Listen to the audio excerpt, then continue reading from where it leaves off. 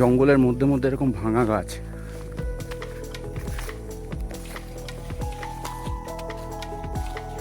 কিচ্ছু খাইনি আমরা, আমরা টিফিন খাইয়েই ঘুরতে গিয়েছি, যাইয়া সকাল ঘুরিয়ে বেড়াচ্ছি। ভোলা ভূত বলছে ওটাকে।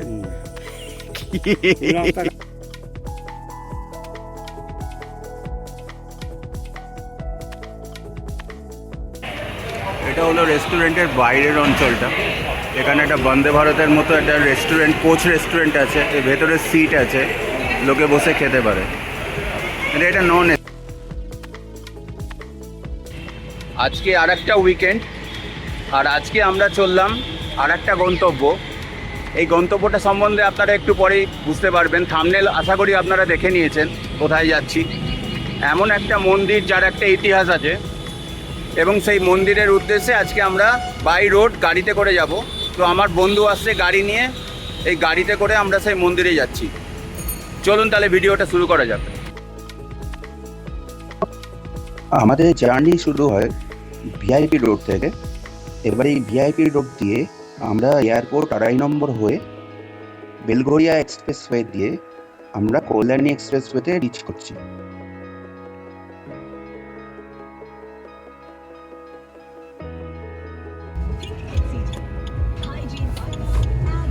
এখানে স্পিড লিমিটটা খেয়াল রাখবেন।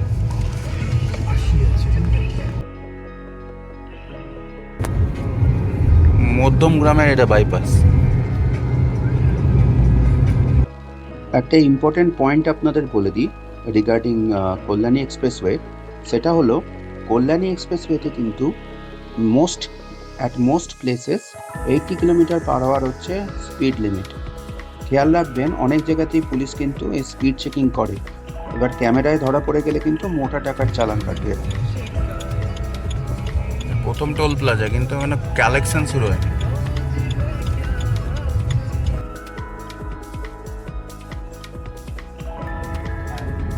আমরা চললাম এখন যুগল কৃষ্ণ মন্দির। সেটা জায়গাটা কোথায় জানো কি নাম? আরামঘাটা। আরামঘাটা নদিয়া। আমরা চললাম সেখানে। আমরা নৈহাটি ক্রস করছি। আচ্ছা, বড় জাগুলি আসছে 10 কিলোমিটার, কাঁচরাপাড়া, কল্যাণী।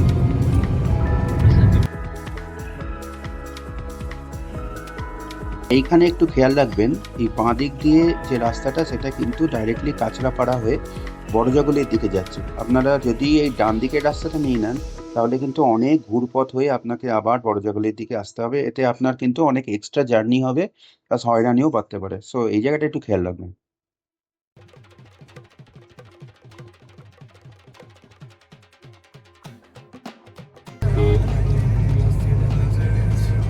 হরিণঘাটা ফার্ম, এখান থেকে মাছ মাংস সব সাপ্লাই হয়। এই যে কিরণচন্দ্র কৃষি বিদ্যালয়।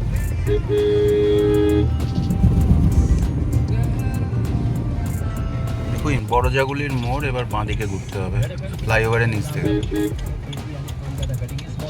হ্যাঁ, এই বড়জাগুলির মোড় থেকে বাঁদিকে যে রাস্তাটা ওই ফ্লাইওভারের নিচ দিয়ে সাবওয়ে, এটা আলটিমেটলি সাবওয়েটা NH-12 হাইওয়েতে গিয়ে মিট করবে। ন্যাশনাল হাইওয়েতে উঠছি।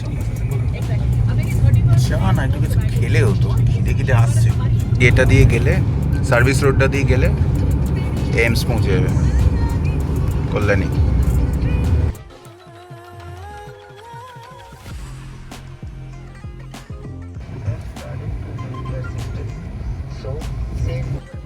আমরা চলতে চলতে প্রায় 1 ঘন্টা মতো হয়ে গেছে। এবার একটু খিদে পেয়েছে, দেখি এখানে কোনো একটা রেস্টুরেন্ট পাওয়া যায় কিনা।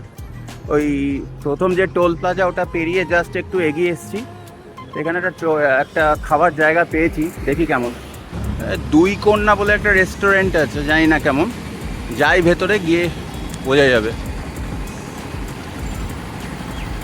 বড় রেস্টুরেন্ট, অনেক সিট আছে, পুরো এসি একটা পার্ট, আর বাইরের দিকটা একটু নন এসি আছে, কিন্তু ওভারঅল আমার খুব একটা খারাপ লাগলো না। এখন তো দেখি আমরা মশালা দোসা অর্ডার দিয়েছি।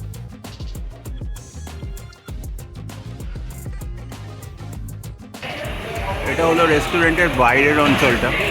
এখানে একটা বন্দে ভারতের মতো একটা রেস্টুরেন্ট, কোচ রেস্টুরেন্ট আছে, এর ভেতরে সিট আছে, লোকে বসে খেতে পারে। এটা নন এসি পুরোটাই।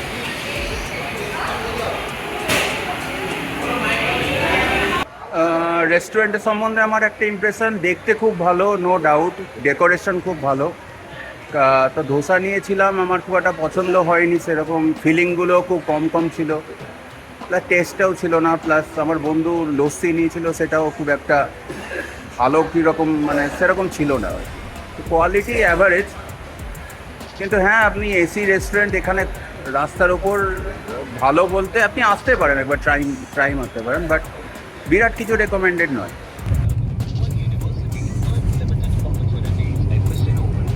কোনো 27 কিলোমিটার।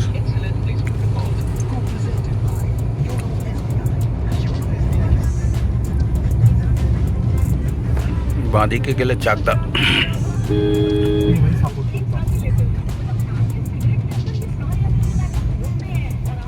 এটা কোথায়? পায়রাডাঙ্গা। পায়রাডাঙ্গা রানাঘাট বেরোচ্ছি।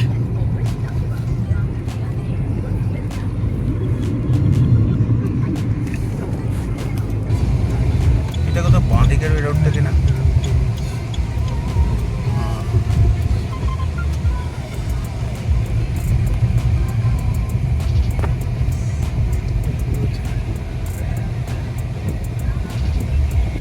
এইটাই মনে হচ্ছে তো।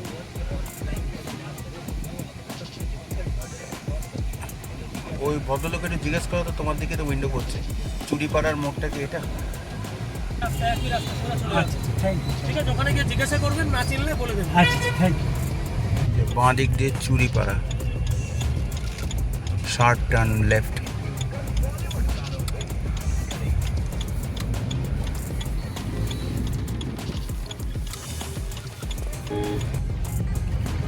এটা রাস্তাটা স্ট্রিটের রাস্তার মতো।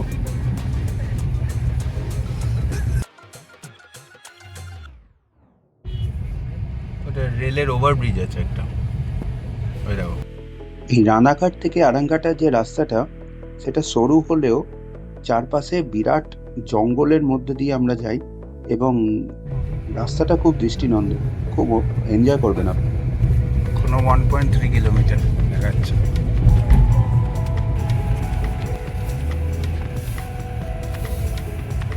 তো ইউ হ্যাভ অ্যারাইভ দেখাচ্ছে, তাহলে মন্দিরটা কোথায়? আরো দূরে? এইটাই? ও আচ্ছা, হ্যাঁ এই তো। তাহলে তুমি ওই পেছনটা একটু রেখে এসো না। হ্যাঁ, এই যে যুগল কিশোর মন্দির।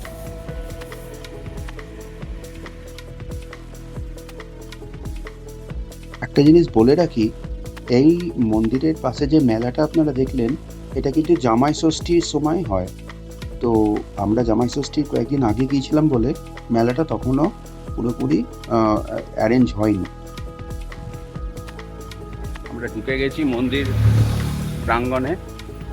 তার আগে পুরো দুই দিকে পুরো প্রচুর দোকান, মেলা অ্যারেঞ্জ হয়েছে। এটা হচ্ছে গেটটা অরিজিনাল।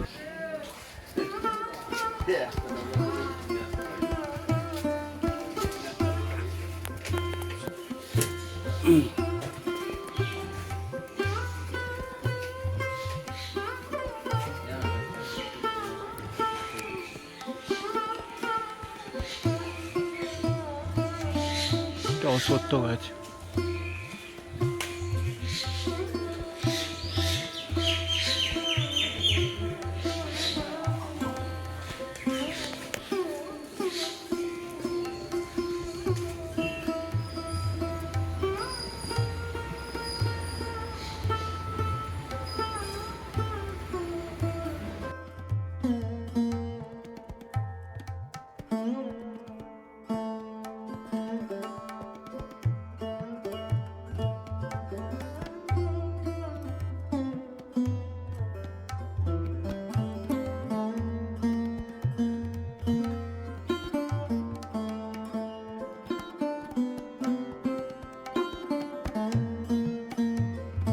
যুগল কিশোরের বেসিক্যালি হিস্ট্রিটা হচ্ছে একজন বৃন্দাবনবাসী, নন বাঙালি ভদ্রলোক।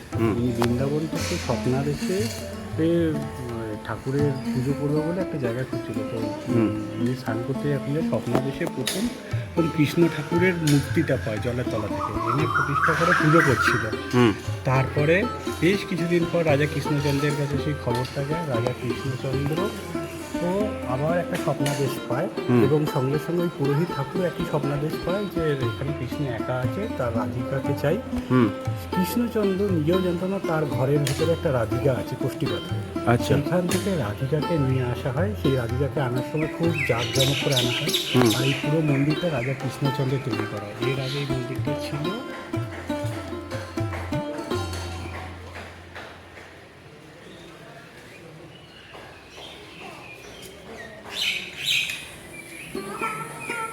এর পেছনে এরকম একটা গোয়াল আছে।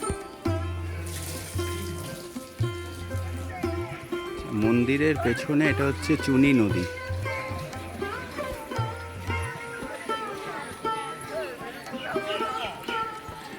এই হচ্ছে মন্দির কমপ্লেক্স, এদিকে মেলার প্রস্তুতি চলছে। হ্যাঁ, একটা জিনিস বলে রাখা দরকার, এখানে প্রসাদের জন্য 10:30 থেকে 11টার মধ্যে আসতে হবে। তারপরে এলে আর প্রসাদের কোনো ব্যবস্থা এখানে নেই। আমরা এখন টোটো চড়ে চললাম ক্রিসমা ফরেস্টের দিকে, যেটা এখান থেকে প্রায় 4 কিলোমিটার রাস্তা।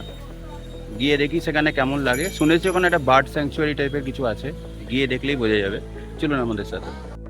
আমাদের যত প্রবলেম শুরু হয় এই সময়।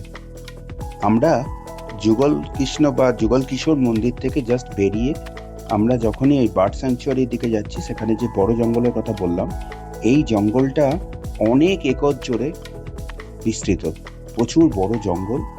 এবং তার একদিন আগে, আমরা যাওয়ার একদিন আগে প্রচুর ঝড় হয়েছিল বলে প্রচুর গাছ অলরেডি জঙ্গলে পড়েছিল, এবং আমরা কিন্তু প্রপার রাস্তাটাও পাচ্ছিলাম না যাওয়ার সময়। তো যাই হোক, জঙ্গলের ভেতর কোনোভাবে আমরা ঢুকলাম। ওখানকার একটা ফরেস্ট যে রেঞ্জার হয়, যারা জঙ্গলের অনেকটা কেয়ারটেকিং করে, ওনাদের মধ্যে একজনকে নিয়ে আমরা জঙ্গলের ভেতরে প্রবেশ করার সিদ্ধান্ত নিয়েছিলাম। আচ্ছা, ঘুরে ঘুরে সকালবেলায় রাস্তায়। আচ্ছা। এবার ওরা তোমার তৈরি গিয়ে খুঁজে সেই লোক পরে আবার দুধনা গিয়েছে, সেই দুধনাকে রাস্তা দেখাইতে হাইলে। হ্যাঁ, তো আমি তো খাওয়া দাওয়া করে কিচ্ছু খাইনি। আমরা টিফিন খাইয়ে ঘুরতে গিয়েছি, জায়গা আছে বল ঘুরিয়ে বেড়াচ্ছি। ভোলা ভূত বলছে ওটাকে। রাস্তাঘাট পাবা না তো। এবার ঘটনাটা হলো, ওনার কাছে এই ভোলা ভূতের ডেসক্রিপশন শোনার পরে কিছুক্ষণের মধ্যেই আমরা নিজেরাও আর ফেরার রাস্তাটা খুঁজে পেলাম না। কারণ যে রাস্তাটা দিয়ে আমরা গিয়েছিলাম, যে রেঞ্জার ছিলেন উনি বললেন যে চলুন একটা অন্য রাস্তা দিয়ে নিয়ে যাই, তাতে আপনার ডিস্টেন্সটা অনেকটা কম পড়বে এবং তাড়াতাড়ি পৌঁছাতে পারবো বা ফিরতে পারবো। কিন্তু দেখা গেল যে এমন একটা রাস্তায় তিনি ঢুকিয়ে নিয়ে গেলেন, সেই রাস্তায় কিন্তু আর কোনো পথ দেখা যাচ্ছিল না। সবই গাছ ভাঙা এবং নানা রকমের জংলি গাছ এবং উয়ে ঢিবি, নানা রকম জিনিস। আমরা রীতিমতো ওখানে পথ হারিয়ে ফেলেছিলাম এবং প্রায় 2 ঘন্টা ধরে আমরা বেরিয়ে আসার কিছু খুঁজে পাচ্ছিলাম না। দিয়ে সামহাও অনেকক্ষণ পরে কিছু বাগান দেখতে পাই আমরা। তারপরে ওই বাগানকে ট্রেস করে আর একজন যিনি ওখানে কাজ করছিলেন, একজন লোকাল চাষি, তাকে ধরে সামহাও আমরা ফরেস্ট থেকে বেরিয়ে আসি। এই ভিডিওটা এই পর্যন্তই। আপনারা ভালো থাকবেন, সুস্থ থাকবেন, আর দেখতে থাকুন আমাদের চ্যানেল।